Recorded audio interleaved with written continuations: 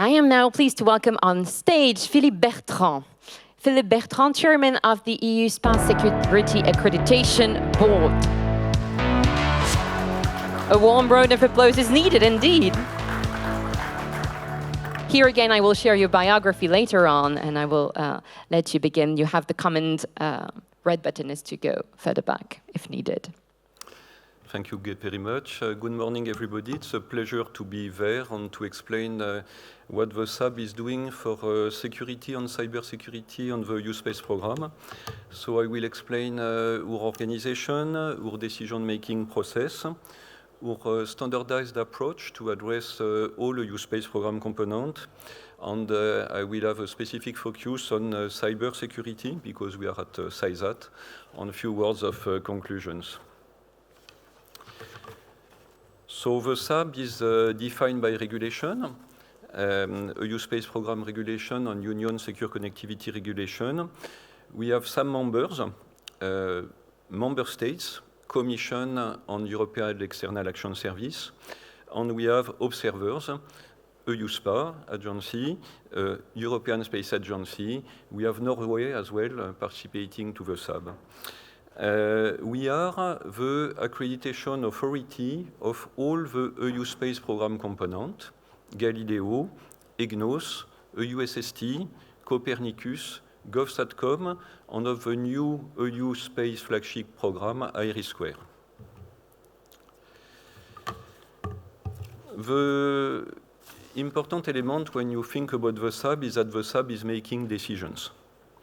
So in fact, we coordinate our activities with the Commission to support the program in its tasks.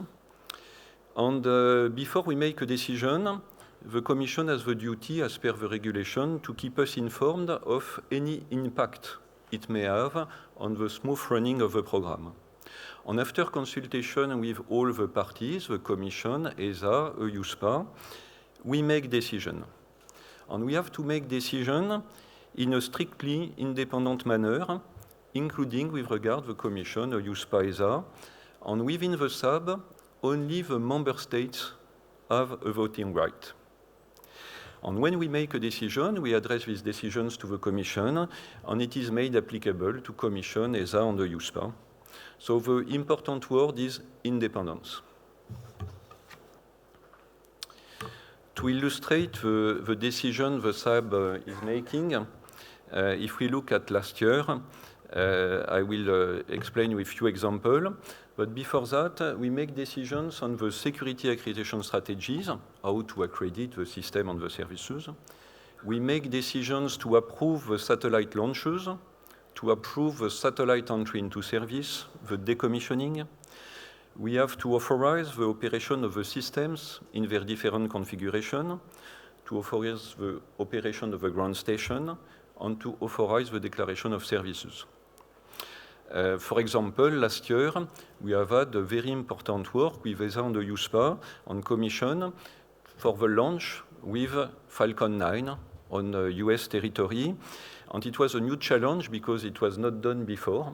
And for that, Commission has had, after Council approval, to develop an EU-US agreement to put in place a security framework. After that, we define specific security conditions, because in the US you don't control the environment, for sure. And then, during all the launch campaign, we send a specific team to work on a daily basis with ESA team, with industry, in Cap Canaveral, to ensure all along that the security was fully performed as it was foreseen. And at the end of the launch campaign, we authorize the launch, we authorize the LEOP operation from EUSPA, and after that, during 3 months, there has been the initial operational test with the satellite, and finally, we authorize the entry into service of the satellite. It was a very interesting experience, very new, perfect cooperation with ESA team, with EUSPA, and it was successful. Another example of a big decision last year, it was the migration of the Galileo ground segment.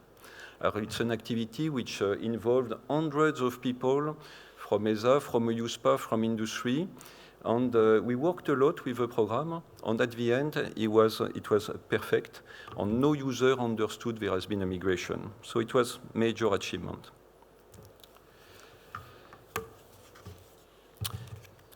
Because we have to address all the USpace program components, we have developed standards. So we have standardized our security accreditation strategies. We have standardized our accreditation conditions. We have standardized our independent security checks. You have, for example, here an applicable document on the screen, which is applicable to the IRIS² contract. And the fact that we have standardized all our activity was very helpful for the Commission in its negotiation of the contract with the Space RAS Consortium, because when we issued the security accreditation strategy, almost all the big actors in the program already knew how we were working. So it was very helpful for the Commission to integrate the accreditation in the contract from the start.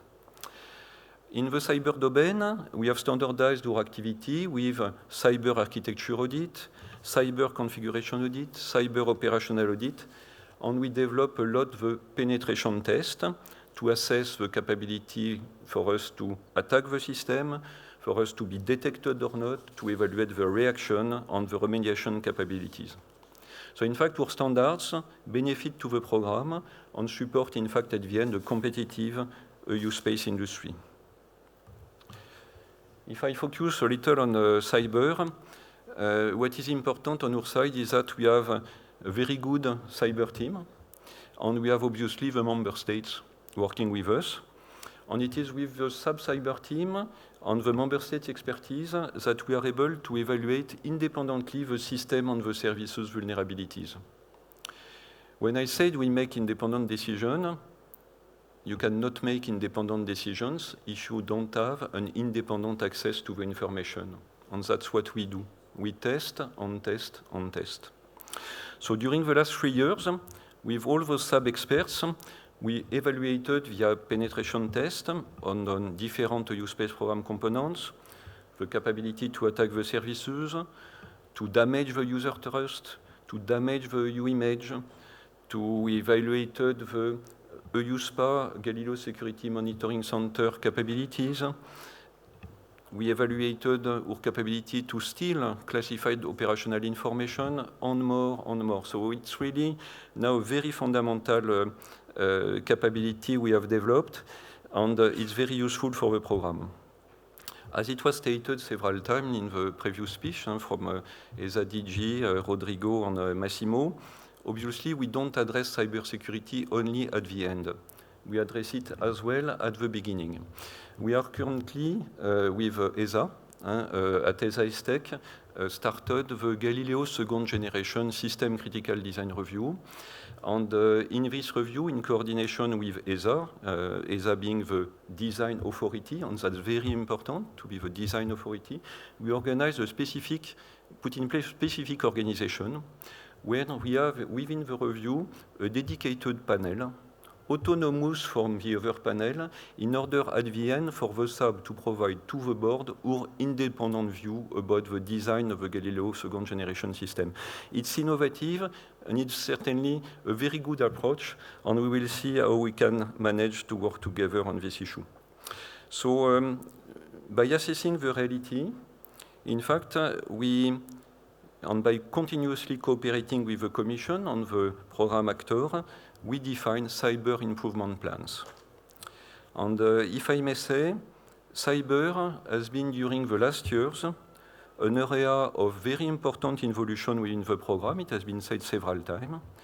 But from our perspective, it's absolutely true and fundamental. The fact that cyber is leading to evolution of the program, it's normal, and it's very important. To conclude, it's clear that the geopolitical context leads to major increase in our responsibilities.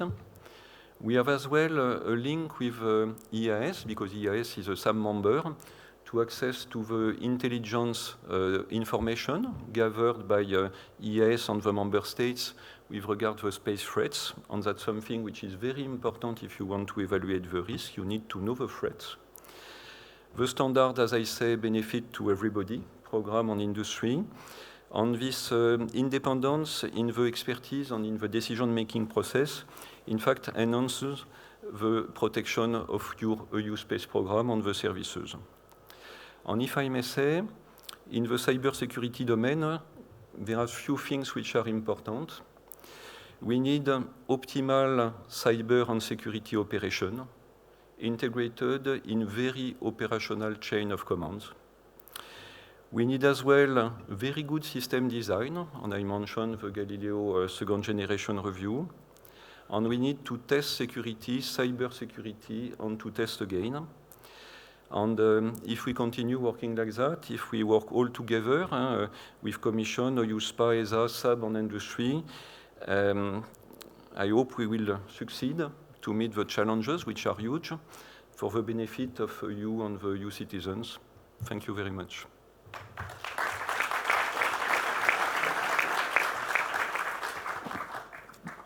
Thank you very much, Mr. Bertrand. I invite you to join at the center of the stage.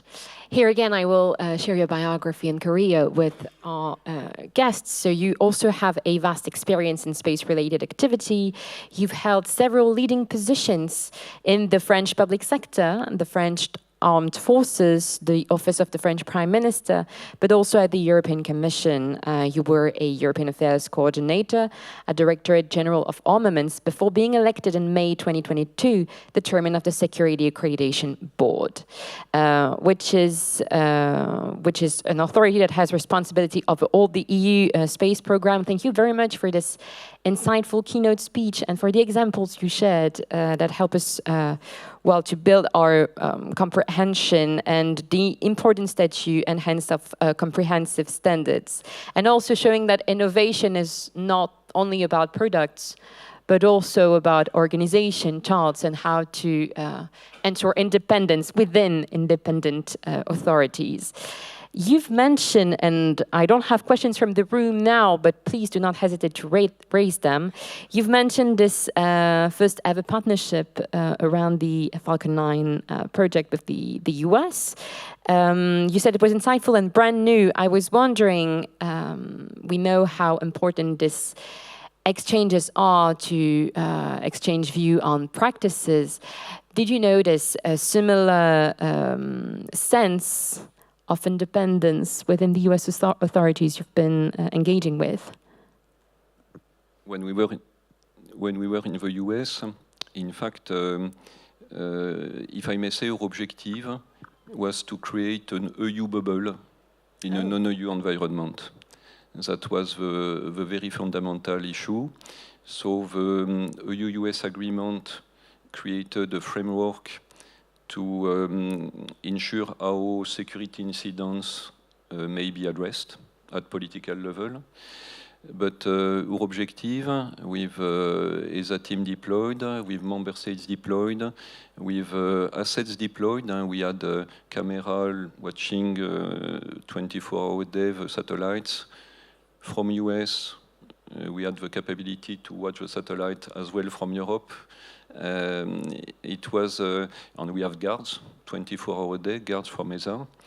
And the objective we all shared at this time was, let's always be sure that it is under control, because when you start to have a problem, you don't know how it goes, whatever you have planned. And if I may say, this experience was very interesting. And now, because the next launches will be from Europe, it is the time for lessons learned, because we learn as well when we go to the US. We see they work differently, and SpaceX is working differently from Arianespace. And you have this week an ESA team in Kourou to prepare the next launches, which should be performed by the end of this year or beginning of next year. And I'm sure they take on board the lessons learned, and we will discuss that at the next SAB in June, then in October, to have a decision for the launch. So US experience is useful for European experience, if I may say. Mm-hmm. We have 30 seconds left, and a big question. you've perfectly emphasized the fact that the EU SAB is covering a wide range of activities, but given the current context, I was wondering if you were experiencing an increase in your responsibilities as an organization, but also as a chairman. Alors, the SAB increase in responsibility is very clear. We will need to continue to recruit, and by the way, we will issue two recruitment for to work on IRIS² with a SATCOM profile. And then, as agreed with Commission, we will recruit people in cybersecurity to do what I explained during this speech. Be able to test IRIS², be able to analyze the design of IRIS². If I may say, IRIS², Galileo is, from all the space program component, is a big monster. And IRIS² is the new big monster, if I may say, in terms of security, cybersecurity. So yes, responsibility will increase, recruitment will increase, but challenges are increasing as well. So you know what you have to do is visit the EU SPA booth on the ground floor. Thank you very much, Mr. Bertrand.